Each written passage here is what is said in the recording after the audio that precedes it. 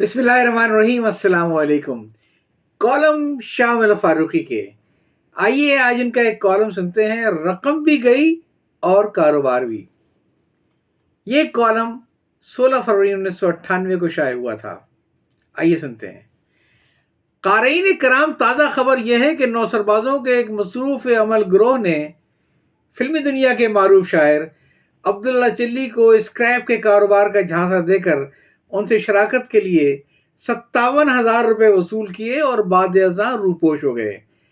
Abdullah chilli ने नौसरबाजों से appeal की है कि उनके खून पसीने की कमाई उन्हें बिला किसी मुनाफे के लौटा दी जाए, बसूरत दीगर वो उनके खिलाफ कार्रवाई करेंगे।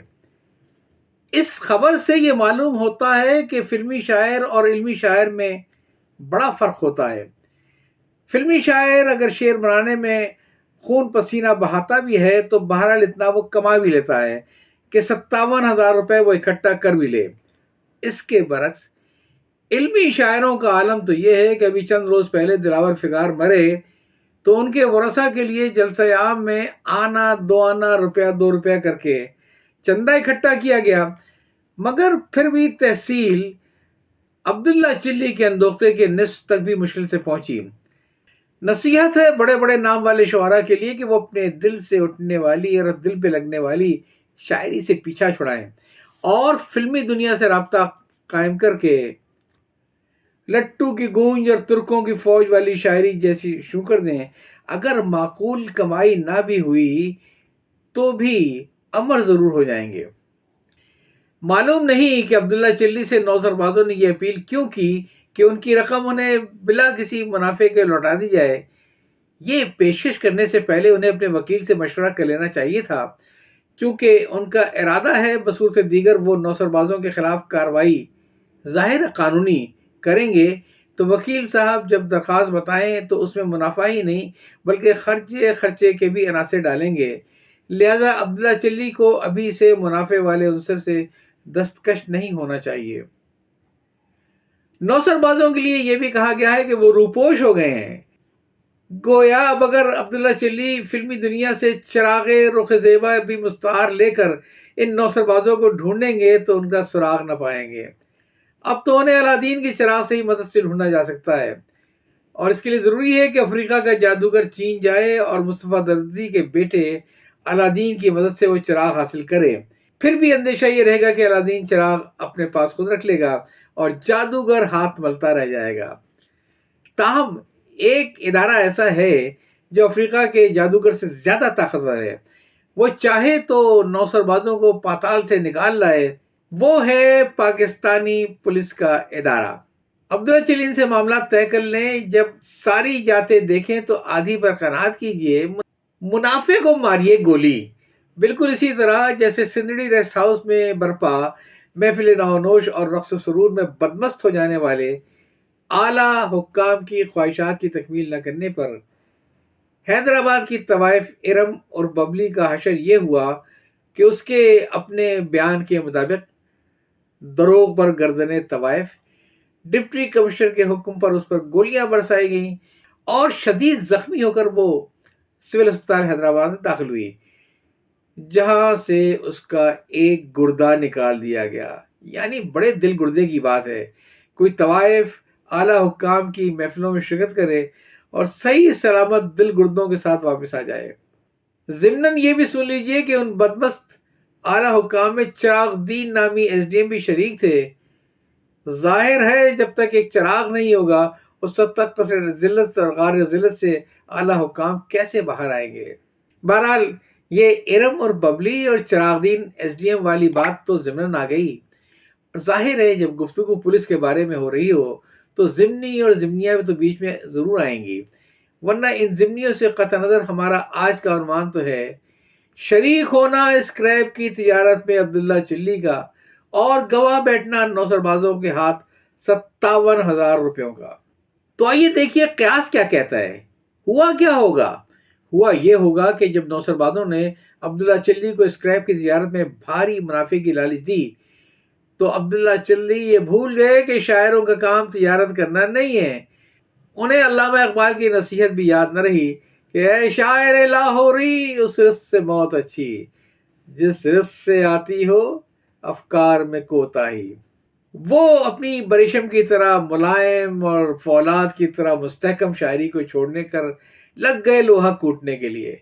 انہوں نے کیا کیا امیدیں باندھی ہوں گی اسکریپ کی تجارت سے، لیکن عبداللہ چلی بھول گئے کہ ان سے بہت پہلے ایک شیخ چلی بھی گزرے ہیں، جن کا شمار عبداللہ چلی کے ہم عصر بزرگوں میں ہوتا ہے۔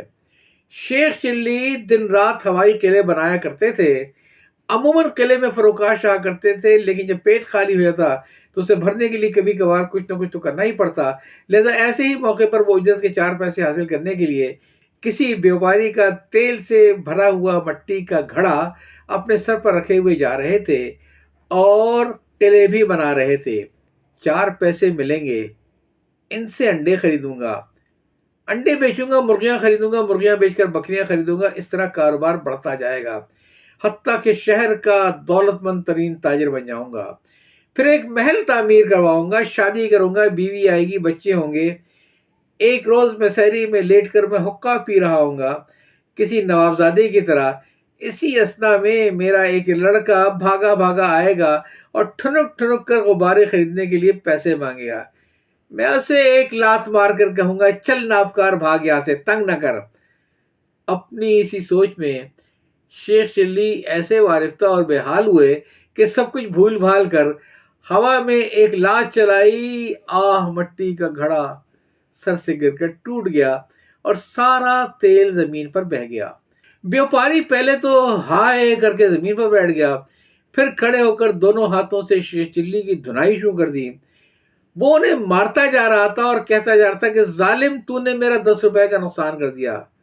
شیخ چلی تڑپ کر بولے، تجھے اپنے 10 روپوں کی پڑی ہے اور مجھے اس عالیشان محل، اس وسیع و عریض جائیداد، اس خوبصورت بیوی اور ان سے پیارے پیارے بچوں کا غم کھائے جا رہا ہے جنہیں میں نے ایک جھٹکے میں گنوا دیا۔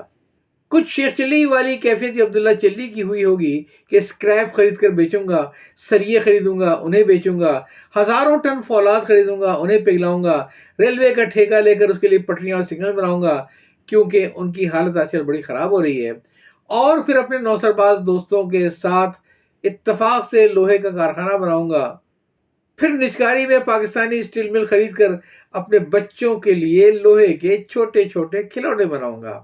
ابھی عبداللہ چلی اپنے خیالی کھلونے کی دل خشکن آواز میں مست تھے کہ نوسر باز ان کے دل میں منافع کی آگ بھڑکا کر غائب ہو گئے اور کارخانے کی بھٹی بجھ گئی اور 57,000 روپوں کا روگ لگ گیا۔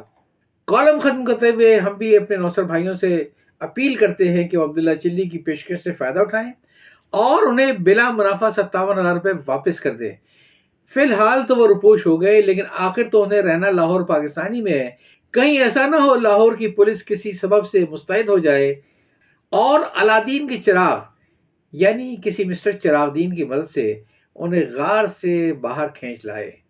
ایسا وقت آنے سے پہلے ہی معاملات طے ہو جائے تو بہتر ہے، ورنہ رزم حق و باطل ہو تو فولاد ہے چلی۔ عبداللہ چلی کا ایک مسئلہ یہ بھی تو ہے کہ اب جب کبھی فلمی اسٹوڈیو میں جائیں گے تو بڑے بڑے ایکٹر اور ایکٹریس ان کے منہ پر ہنس ہنس کر اور چھوٹے ایکسٹرا منہ پھیر کر مسکراتے ہوئے ایک دوسرے سے کہیں گے، لو جی وہ جا رہا ہے اتفاق سے فاؤنڈیشن کے مالک، یعنی نقصان مایا کے ساتھ شماتت ہمسایہ بھی۔ کالم آپ نے سنا، رقم گئی اور کاروبار بھی۔ یہ کالم 16 فروری 1998 کو شائع ہوا تھا۔ یاد چاہتا ہوں۔ اللہ حافظ۔